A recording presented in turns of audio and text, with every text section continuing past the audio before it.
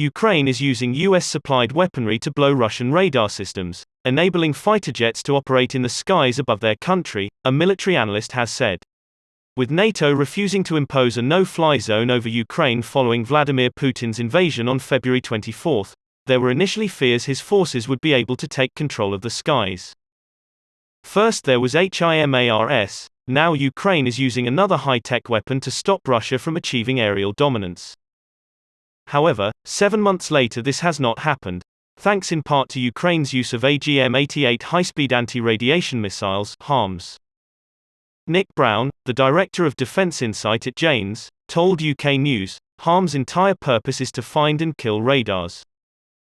It accelerates to well over 2,000 miles per hour, carrying a hefty 68-kilogram fragmentation warhead designed to shred antennas and control buildings with nearly 13,000 superheated tungsten filaments."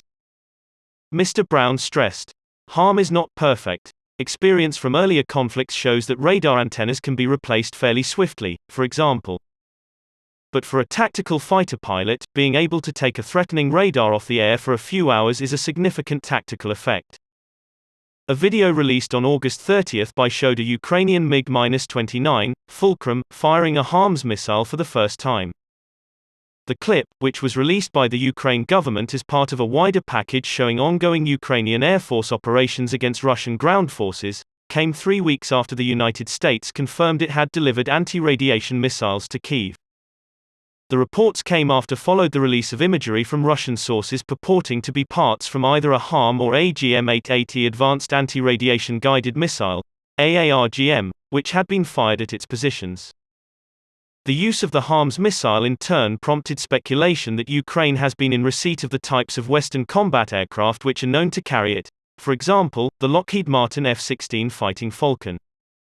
Speculation was reinforced by a Ukrainian Ministry of Defense, MOD, tweet showing an artist's rendering of F-16s in national livery and markings to coincide with Ukrainian Air Force Day on August 7, with the comment, "Ukrainian Fighting Falcons strike back."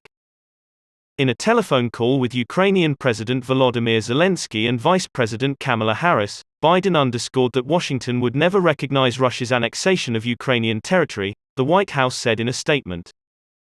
Biden pledged to continue supporting Ukraine as it defends itself from Russian aggression for as long as it takes, it added.